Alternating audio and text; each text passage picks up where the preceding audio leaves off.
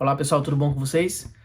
No vídeo de hoje a gente vai falar um pouco sobre as principais razões para ter o seu pedido de spousal sponsorship para cá pro Canadá negado.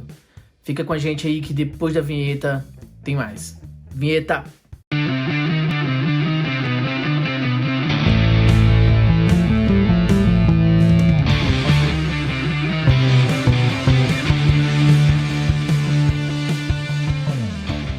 Então, pessoal, antes de tudo, eu gostaria de pedir para você que está aí pesquisando sobre imigração para cá para o Canadá e de repente o YouTube indicou o nosso vídeo. Se você não for inscrito ainda, se inscreve no nosso canal, acione o sininho da notificação, dê o seu like ou o seu dislike caso você não goste do vídeo e comente aqui no canal, faça seu comentário, dê a sua opinião, tire a sua dúvida. Eu vou fazer questão de responder todos os comentários pessoalmente e a sua opinião, seu comentário é super importante para o nosso trabalho, tá bom? Então, sem mais delongas, eu sou Carlos Sinibu, sou consultor de imigração regulamentado pelo governo canadense e hoje a gente vai falar sobre os principais motivos para se ter um pedido de spousal sponsorship para cá, para o Canadá, negado. Então, fica aí. Vamos direto ao ponto. O primeiro motivo que eu poderia elencar seria o sponsor, a pessoa que vai trazer a outra para cá, o cônjuge para cá, esse sponsor ser inelegível. Esse seria o primeiro motivo. Bem, existem inúmeros fatores que podem tornar o sponsor inelegível. Desde o fato dele ser menor de 18 anos, ele ter algum histórico de criminalidade ou antecedente criminal, ou ele não ser financeiramente apto a sustentar aquela pessoa que ele está querendo trazer para cá, ou aquelas pessoas que ele está querendo trazer para cá, que seriam o aplicante principal ou os aplicantes. Quando a pessoa está se propondo a sponsorar, a trazer alguém para cá para o Canadá, ou trazer o cônjuge para cá, o noivo, o namorado, o companheiro de união estável, quando a pessoa está se propondo, ela vai assumir um compromisso chamado undertaking, ou seja, ela vai assumir um compromisso financeiro. Eu já falei sobre isso, a gente já tratou sobre esse assunto spousal sponsorship em outro vídeo, eu vou deixar o card aqui, mas só para esclarecer, se você não tiver visto, ela vai assumir um compromisso por um determinado período de tempo de bancar financeiramente essa pessoa que ele está pensando em trazer. Então, um dos motivos para se tornar, para o sponsor ser inelegível, é justamente ele já ter um outro undertaking, ele já ter sponsorado alguém e esse undertaking ainda estiver válido. Esse é um dos motivos também para que o sponsor ele seja considerado inelegível. A questão aqui, pessoal, é que às vezes naquela ânsia, naquele afã de trazer a pessoa amada para morar aqui com você, você não se atenta para algum pequeno detalhe, você não percebe que por um pequeno detalhe você é inelegível para ser um sponsor, ou a pessoa que mora aqui no Canadá, ela é inelegível. Ela precisa ser cidadão canadense, precisa ser PR, ela precisa ser maior de 18 anos, precisa comprovar que tem condições de manter você por um determinado período de tempo, não pode ter histórico de criminalidade, vários outros fatores. E às vezes a pessoa, nessa ânsia, se empolga, achando que dá para trazer o cônjuge, e aí não percebe que tem uma inelegibilidade, e depois de esperar um ano, por aí, que é a média do processo, lá no final do processo vai descobrir que é inelegível, e aí perdeu esse tempo todo, e perdeu também o dinheiro que investiu, tá? Então fica ligado que esse é um dos motivos.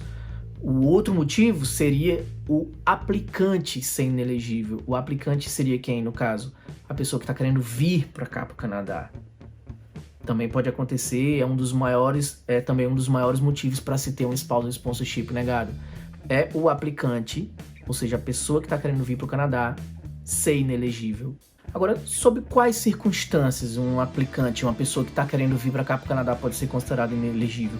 Existem vários motivos, mas eu poderia dizer que um dos principais seria o histórico de criminalidade da pessoa. Essa é uma das maiores razões de negativa de visto para se determinar, assim, quando o aplicante é inelegível.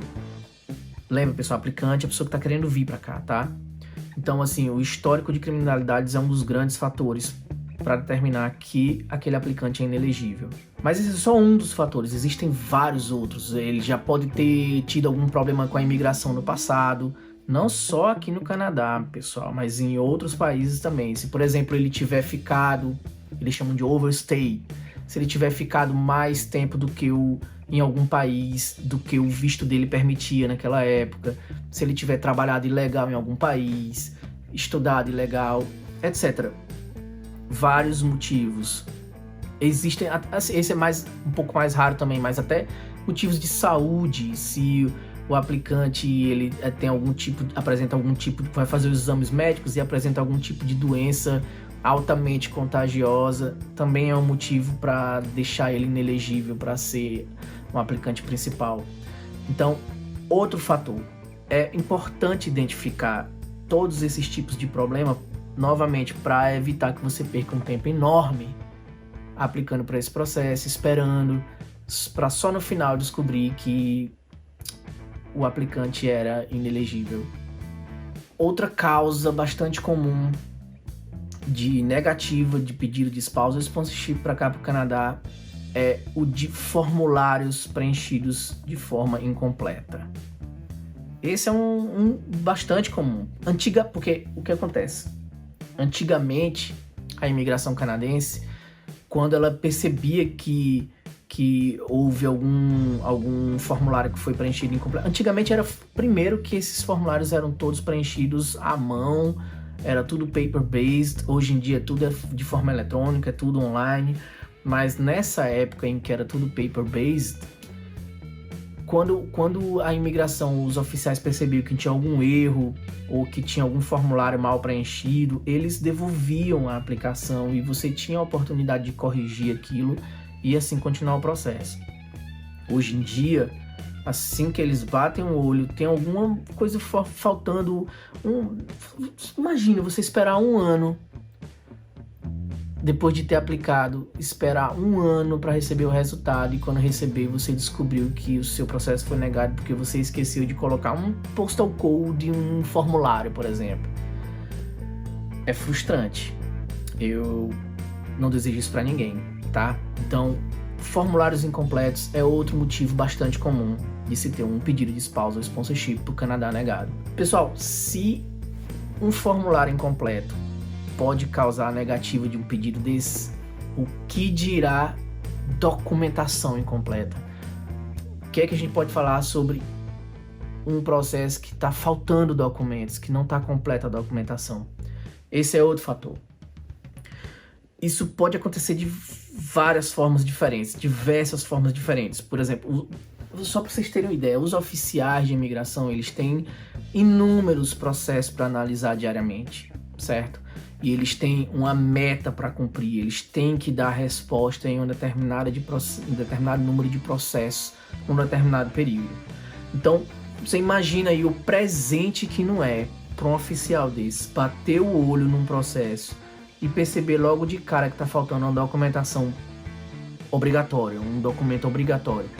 É um processo a menos para ele. É um processo a menos, é um presente. Ele vai só, check, passa pro próximo. Aliás, check é se estivesse correto, né? Nesse caso ele vai dar o xizinho, já vai negar logo de cara, não vai retornar o processo para você, vai ser simplesmente negado e vai passar para o próximo. Então, pessoal, documentação incompleta é um dos motivos principais para se ter o processo de spousal sponsorship negado. E por último, uma razão que eu nem deveria estar elencando aqui, que eu nem deveria estar falando sobre isso aqui, é chamada de misrepresentation, que nada mais é do que mentir no seu processo, omitir. Tem muita gente que acha que dá para ganhar uma graninha extra fingindo que tem um relacionamento com alguém só para poder trazer aquela pessoa para cá em troca de receber uma grana. Pessoal, eu não preciso falar isso para vocês, eu não preciso dizer que isso é muito arriscado, que isso é errado, que eu não encorajo ninguém a fazer uma coisa dessas. E assim, é claro que isso eu tô indo pro limite do absurdo, o limite do errado, mas existem outras formas de misrepresentation. Por isso, assim, eu encorajo, eu oriento que quando você vai fazer o seu processo, você não omita nenhuma informação que você acha que pode causar negativo do seu processo e tal. Não vá nessa, tá? Não caia nessa. Não omita nenhuma informação, não minta, tá? Por quê? Porque não oculte, não omita, não minta, porque se for descoberto, provavelmente vai ser descoberto, porque os oficiais têm meios de pesquisar toda a sua vida pregressa, principalmente com relação a tempos que você passou em outros países, ilegalmente ou não, tá? Então, se acontecer dele descobrir uma mentira, o resultado disso pode ser não somente a negativa do seu pedido, como também o seu banimento de entrar aqui no país, aqui no Canadá, por até 5 anos, tá? Então, eu não encorajo que você faça isso nunca. Desencorajo que você faça isso, inclusive.